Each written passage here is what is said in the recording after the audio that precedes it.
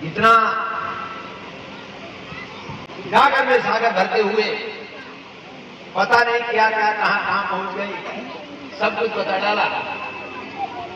सज्जनों, आज हमारे अंदर जो बुराइयां पनप रही हैं, उन सारी बुराइयों पर बहन जी ने कटाक्ष किया।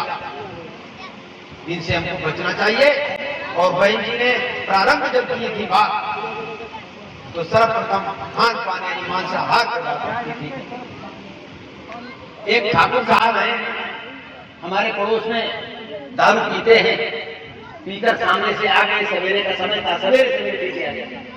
बोले मैं शेर हूं, और मेरे को केवल देख के कहा होती, मैं शेर हूं, मैं मांस खाता हूं। मैं भरवानी की बात आपने कही थी। बोले मैं शेर हूं, मैं मांस खाता हूं। हमने कहा चाचा जी आपको मैं जानता हूं, पहचानता हूं, लेकिन एक बात बोलूंगा। बोले बताओ।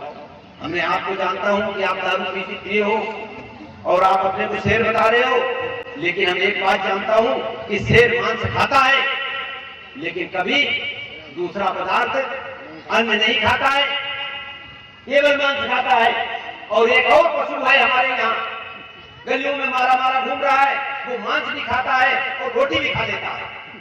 आप बताओ, केवल रोटी खाते हो या मांस नहीं खाते हो? केवल मांस खाते हो, रोटी भी खा लेते हो, है ना? आप अपनी गिनती करो उस पशु में, समझ में आई बात? बंदर मांस नहीं खाता है, वो केवल शाकाहारी है। कुत्ता है जो मांस खाता है और रोटी भी खा लेता है। वो शेर नहीं हो सकता है जो मांस और रोटी साथ साथ खाए, वो केवल कुत्ता हो सकता है। समझ में आ गई? मांस खाने वाला शेर नहीं हो सकता। बहन जी ने कह दिया कि शेर बलवान होता है, मांस की बात रखो। समझ में आई ये बात? दूसरी बात हम बहन जी के समर्थन में कहूंगा, बहन जी ने वर्तमान की सारी कटाक्ष कर डाले और काफी हमको दिया, विचार दिए। हम आर्यों का शासन कैसा रहा, इस पर थोड़ा 2 मिनट का एक विचार देना चाहूंगा। हमारे ये 5000 वर्ष गुजरे जो आर्यों का साम्राज्य गया महाभारत काल से, इससे पूर्व 2000 वर्ष पुरानी सृष्टि है। अनेक राजा हुआ करते थे, उन राजाओं के साथ एक वैदिक विद्वान जरूर जुड़ा हुआ करता था, सलाहकार, और उसकी सलाह के बिना राजा कुछ करता नहीं। जब कोई निर्णय लेता था तो उस वैदिक विद्वान से सलाह परामर्श किया जाता था। उन्हीं में एक राजा की छोटी सी घटना सुनाऊंगा। एक महाराज याती हुआ करते थे, सुना होगा ना? महाराज याती दरबार में विराजमान है सिंहासन पर। दरबार प्रारंभ होने ही वाला था, सुबह पहली हुई।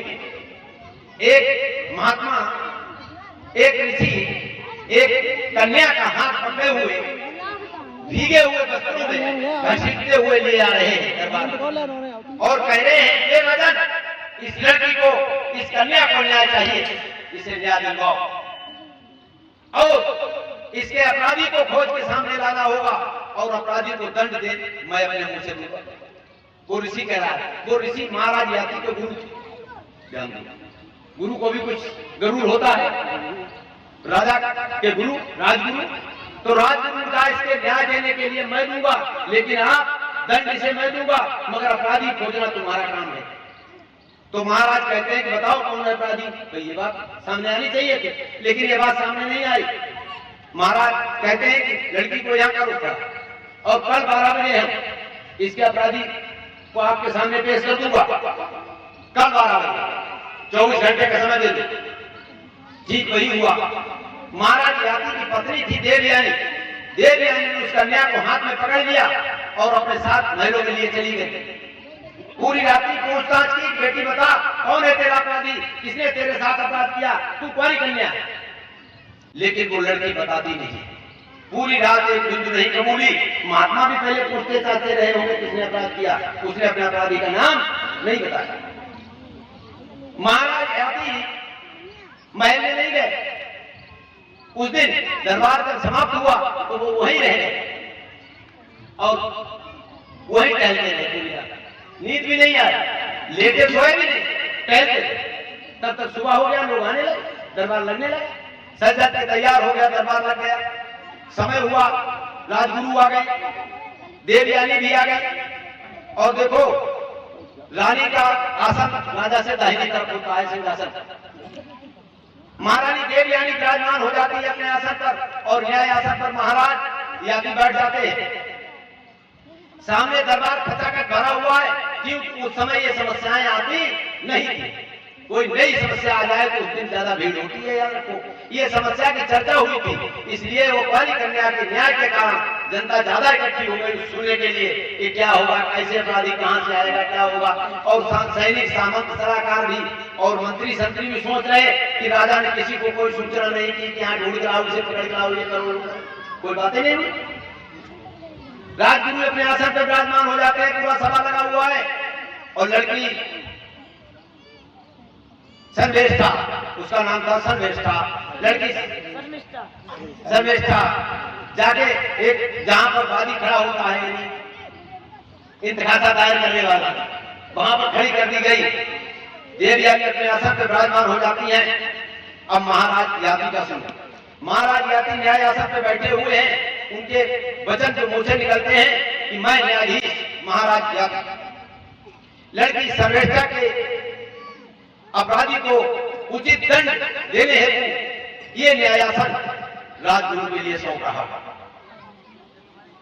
और महाराज यादी अपने आसन से उठकर के न्यायासन से उठकर के सीढ़ियों से उतरने लगते हैं नीचे के लिए। और उसी समय महाराज राजगुरु वहां से उठकर के उस न्यायासन पर जाते हैं। राजगुरु जब आसन पर बैठ जाते हैं, विराजमान हो जाते हैं, तब यादी हाथ जोड़ के खड़े हो जाते हैं कि इसका अपराधी मैं ही हूं, अपराध मैंने किया है। देखो छुपाते नहीं है कोई बात। न्याय समझो कैसा होता है। जब महाराज यादी खड़े हो जाते हैं हाथ जोड़ के, अब राजगुरु को चक्कर आता है कि राजा को क्या दंड दे। राजगुरु कहते हैं कि मैं न्यायाधीश राजगुरु महाराज यादी को, लड़की सर्वेष्ठा के अपराधी यादी को उचित दंड देने से असमर्थ हूं, इसलिए ये न्यायासन महारानी देवयानी के लिए सौंप रहा हूं। गुरुजी ने इस उचित न्याय नहीं देना समझा अपने लिए कि हम इसकी सजा क्या होती है। आप जानते हो बलात्कार की क्या सजा होती है, सीधे सीधे फांसी, सूली। और ये हम नहीं लगवा सकते, सोच लिया तो इसलिए धीरे हट गए।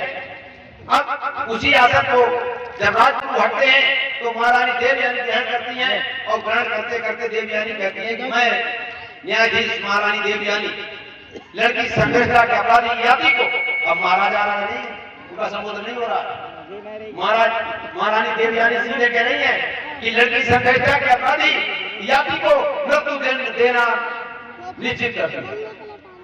मृत्यु दंड देना, मृत्यु दंड होना चाहिए। इतने वो लड़की सर्वेष्ठा चीख पड़ती है तेज से कि आपका न्याय गलत है, गलत है, गलत न्याय गलत। तो अब वकालत कौन करता है उनकी? बोल जो पीड़ित है लड़की सर्वेष्ठा। अब वो अपना इतिहास सुनाती है कि ये विचार बताया जाए मैं कैसे गलत है, भी पूछा जाएगा।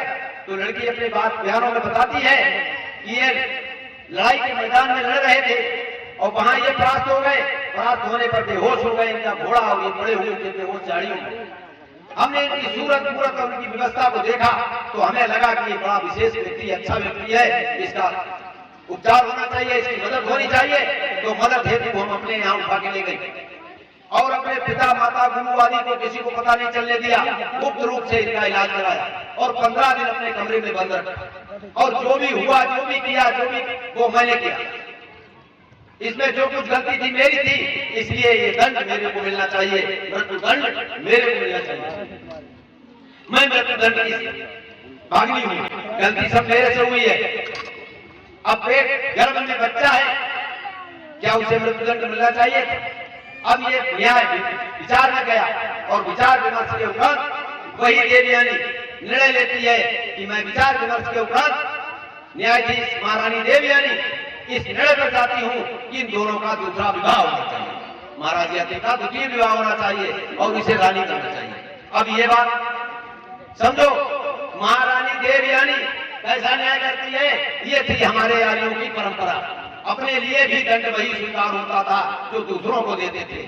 आज हमारे यहाँ राजा, आज हमारे यहाँ के नेता अपने जमीनों के लिए, अपने गुरुओं के लिए क्या क्या व्यवस्था करते हैं बचाने की, चाहे कितना भी गलत कर जाएं और बचाने में बैठे हुए हैं। ये अन्याय हो रहा है और ये न्याय जब हो सकता है जब आर्य राजा होगा। इसी के साथ मैं आमंत्रित करता हूं